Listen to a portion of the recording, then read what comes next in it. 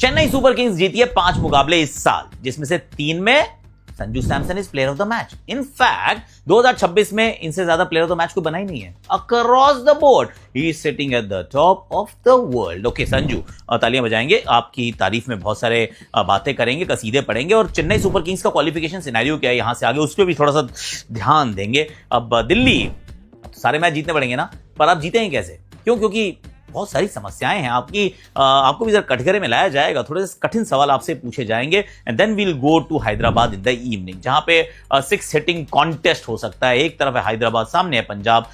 दोनों teams actually थोड़ा सा परेशान इसलिए कि पंजाब लगातार 2 मुकाबले हार गई है, हैदराबाद एक पिछला मुकाबला हारी है।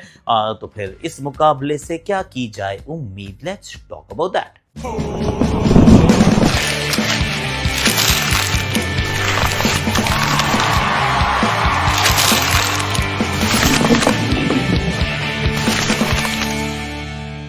हैशटैग आकाशवाणी में आप सभी का हाथ जोड़ के एकदम गले लगा के स्वागत है। कैसे हो आप लोग?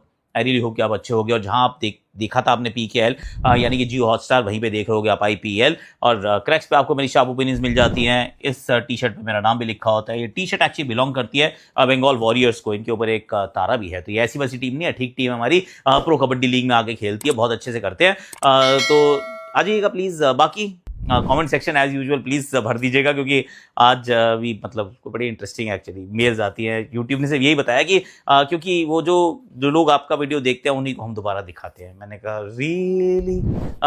तो वो जो 400 500 1000 1500 कमेंट हैं, ये लोग कौन है? ये जो रोज तो देखते हैं बेचारे, और क्या करें। Akashvani family is very strong, very loyal. पर उन्हें लग रहा है कि कोई नहीं, ठीक है, whatever, I mean that's what they think कि ऐसा होता है। पर let's talk about Sanju Samson first. पहली बात तो संजू सैमसन का ये मुकाबला जिताना, 5 में से आप 5 जो जीते हैं उसमें से आप 3 प्लेयर ऑफ द मैच बन जाते हैं, विच इज एब्सोल्युटली आउटस्टैंडिंग। तो दोनों हाथ से थम्स अप। इस वाले मुकाबले की अगर हम बात करें तो रन चेज के अंदर रन हैं, और ये मुश्किल रन थे क्योंकि ये पिच थोड़ी सी मुश्किल थी। इस पिच के ऊपर थोड़ी गेंद थोड़ी टर्न हो रही थी, थोड़ी सी फंस रही थी। And he actually played a master class कि कैसे अब आप इसको ब्रेक डाउन कर सकते हैं रन चेज को। जैसे हमने रोहित शर्मा को देखा ऑन अ गुड पिच, बड़ा टोटल, यहाँ पे स्मॉलर टोटल बना टफ पिच हमने करते हुए देखा संजू सैमसन को। बोलर्स टारगेट करने के लिए सोच रखे थे कि लुंगी एंगेडी प्यार से खेलेंगे, संभल के खेलेंगे। मिचेल स्टार्क शुरुआत में पंगा नहीं लेने का, इनको भी ध्यान से खेलने का। लेकिन Kuldeep Yadav, I will take him down. उसके 2 कारण थे।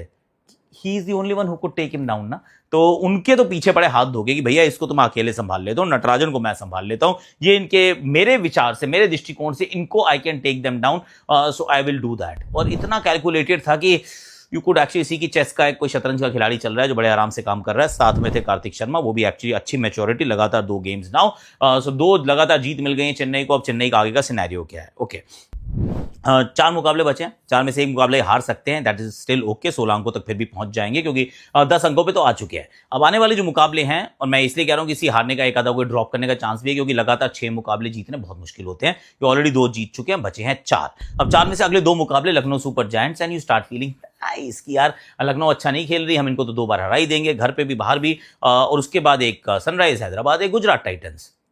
एंड आई एम थिंकिंग कि अगर कोई एक मुकाबला सीएसके को हारना भी है, क्योंकि मतलब समझ लीजिए कि सिर्फ हारना है, कि लगातार 6 जीतने मुश्किल होते हैं। If there is a possibility that you going to drop a single game, Lucknow के सामने हार जाना, ये हैदराबाद और जीटी के सामने नहीं हारना है भाई। वो मुकाबले अगर आप जीतेंगे तो फिर आप उन दोनों को पीछे रखेंगे, क्योंकि इसी लखनऊ से आप अगर एक हार गए, 2 अंक उनको मिल गए, उससे ना उनकी सेहत पे फर्क ना आपकी सेहत पे फर्क। आप क्योंकि एक ड्रॉप कर सकते हैं, फिर भी आप 16 तक पहुंच सकते हैं। लेकिन अगर आप हैदराबाद और जीटी से हारते हैं, तो फिर उनमें से किसी भी एक से आप हारते हैं तो वो भी रेस में है क्वालिफिकेशन के, वो टॉप ऑफ द टेबल के इर्द गिर्द हैं, तो फिर वो आपको नुकसान कर सकती है। तो कहानी बड़ी सिंपल सी है, 4 में से 4 जीतो, कोई प्रॉब्लम ही नहीं। 18 अंक, 3 जीत सके बाद भी आप क्वालिफिकेशन में बिल्कुल रेस में बने रहेंगे। उसके लिए do not drop a game against Hyderabad और Gujarat Titans, it's as simple as that. अब जरा बात करते हैं, एक्चुअली ये मैं दिल्ली की बात करना चाह रहा हूँ। दिल्ली से मैं सोचता हूँ कि जब पिच बनानी होती है, if pitch making is an art, there is no artist there.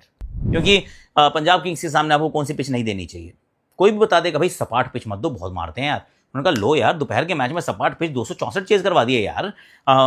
Bengaluru के सामने आपके पास मिचेल स्टार्क नहीं है, एंगेडी भी उपलब्ध नहीं है, कैसी पिच नहीं देनी चाहिए यार? थोड़ी सी भी ना सीम फ्रेंडली मत देना। देखो क्या है कि उनके सब हेजलवुड है, भुवनेश्वर कुमार है, पंगा मत लो, सीमिंग पिच लो सर, 75 पे ऑल आउट। अब चेन्नई के सामने कौन सी पिच नहीं देनी चाहिए? स्लो पिच मत धोना, क्योंकि वहाँ पे अकील हुसैन आएंगे, वहाँ पे नूर अहमद आएंगे, तो क्यों ही ऐसी पिच पे खेलना, थोड़ी सपाट पिच पे खेलते हैं, अच्छी पिच पे खेलेंगे, अच्छा लगेगा एक्चुअली, क्योंकि ये टीम 250 नहीं बनाती है या फिर चेज नहीं कर पाती है उतने एंड ऑल ऑफ दैट। उनको रुको यार, हम टर्निंग पिच देंगे ना, थोड़ी मुश्किल पिच बनाते हैं, लेट्स ब्रिंग अकील हुसैन जो 5 रन प्रति ओवर भी ना दें, let's bring Noor Ahmad into the game, let's play a different game. कैसे, क्यों, काहे, I don't know. Sameer Rizvi शुरू में अच्छा कर रहे थे, फिर उसके बाद थोड़ा फास्ट बॉलर्स के सामने वो स्ट्रगल किया उन्होंने, तो but they kept sending him in front of fast bowlers. फिर उसके बाद जब स्पिन की बारी आई, जहां पे स्पिन अच्छी हो रही थी, यहाँ पे क्योंकि आपने स्पिन फ्रेंडली पिच बनवाई है या बन गई है व्हाटएवर, तो आपने समीर रिजवी को बिठा रखा था इंपैक्ट प्लेयर की सूची में। जहां बॉल सीम कर रही थी वहां आपने अभिषेक पोरेल को भेज दिया इंपैक्ट सब वर्सेज आरसीबी, लेकिन जहां पे सीम कर रही थी वहां करुण नायर को नहीं भेजा, करुण नायर को आपने स्पिन वाली पिच में टीम में रखा, समीर रिजवी को यहाँ बाहर रखा। आई मीन कैसे करते हैं, I have no idea. In fact एक बड़ा ओवर आर्चिंग थीम ये भी है कि पृथ्वी शॉ और अभिषेक पोरेल, अगर आपके पास 2 भारतीय ओपनर्स थे तो मिलर और स्टब्स के साथ क्या चलते रहना सही नहीं था। अगर वो कंटिन्यू करते तो फिर मिलर, स्टब्स, इंगीडी और स्टार्क, ये आपके 4 ओवरसीज हो गए। आपके पास टॉप ऑर्डर में बहुत विकल्प मौजूद थे।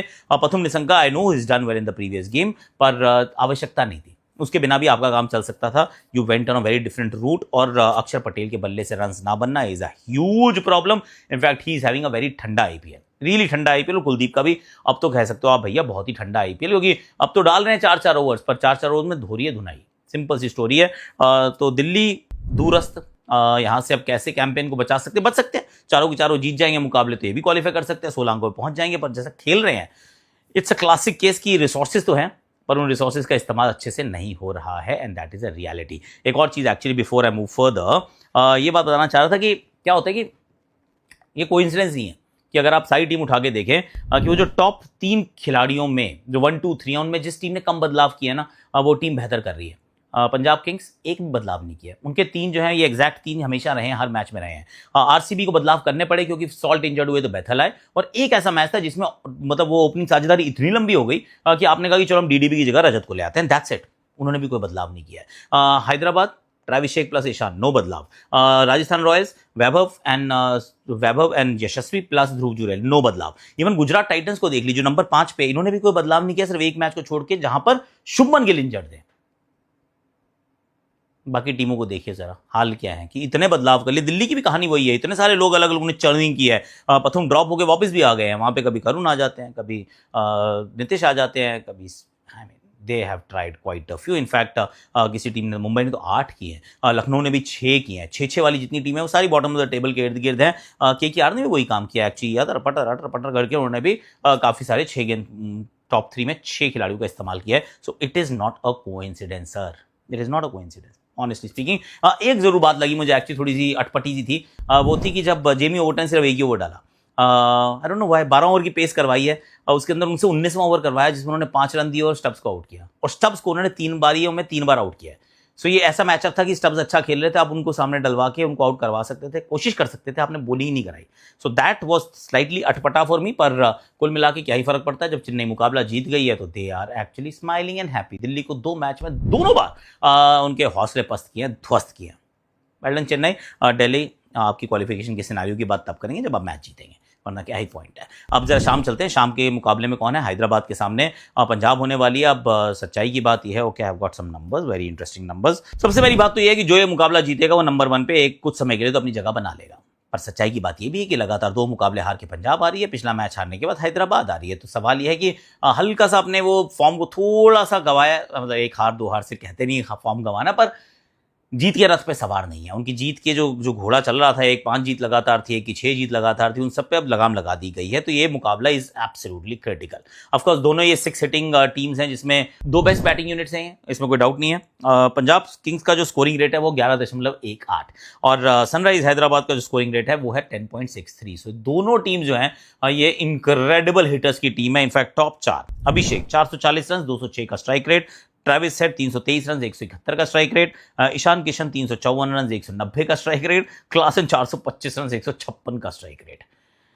क्लासन सिर्फ एकमात्र मिडिल ऑर्डर बैटर हैं जो टॉप 5 की जो ऑरेंज कैप की लिस्ट में भी है। ओके, पंजाब प्रभ सिमरन सिंह 361 रन 174 का स्ट्राइक रेट, प्रियांश 285 रन 247 का स्ट्राइक रेट। एक्चुअली सबसे बेहतर स्ट्राइक रेट किसी भी इन टॉप 4 में, दोनों के 8 मिला के भी है तो सिर्फ ये सबसे बेहतर जो हैं वो प्रियांश आ रहे हैं। श्रेयस अय्यर 328, 165 का स्ट्राइक रेट और कूपर कॉर्नली 270 रन 167 का strike rate. So just think about it कि ये टॉप 4 वर्सेस टॉप 4 क्या कमाल किया है। ऑफ कोर्स थोड़े से ज़्यादा रन्स बनाए हुए हैं हैदराबाद ने, पर Punjab they been very very good. The only thing is actually दोनों के दृष्टिकोण से अगर आप देखते हैं ना, तो एक की तरफ से देखते हैं नीतीश कुमार रेड्डी नहीं थे तो सडनली रियलाइज हुआ कि स्मरण, सलिल और अनिकेत, अब ये जो 3 हैं इनको खिला तो लिया लेकिन बैटिंग बाहर कोई बैठा ही नहीं है। ये एक बड़ी समस्या सी नजर आती है, सडनली बैलेंस ऑफ हो जाता है। और सामने वाली टीम की तरफ आप देखते हैं तो वो कह रहे हैं यार बॉलिंग को कैसे एड्रेस करें, बॉलिंग के अंदर कुछ तो तरीके, आपने लॉकी फर्ग्यूसन को खिलाया, एक मैच खिलाया, पिटाई हुई, आप जेवियर बार्टलेट को लिया, उनकी पिटाई हो गई, क्या आप वापस जाएंगे लॉकी फर्ग्यूसन की तरफ या फिर बेन वॉर्चेस की तरफ जाएंगे? Because they still trying to address the bowling problem है क्योंकि महंगे हैं। इस टूर्नामेंट की सबसे महंगी अगर कोई बॉलिंग टीम है तो that is Punjab Kings at this point in time. और ये जो टीम है ये थोड़ा सा हैदराबाद दे हैव पलटी मारो बिग टाइम, क्योंकि ईशान मलिंगा के रूप में जो खिलाड़ी आया है इनके 10 मैचेस में 34 ओवर 15 विकेट और 9.5 की इकोनॉमी से गेंदबाजी कर रहे हैं सर ये।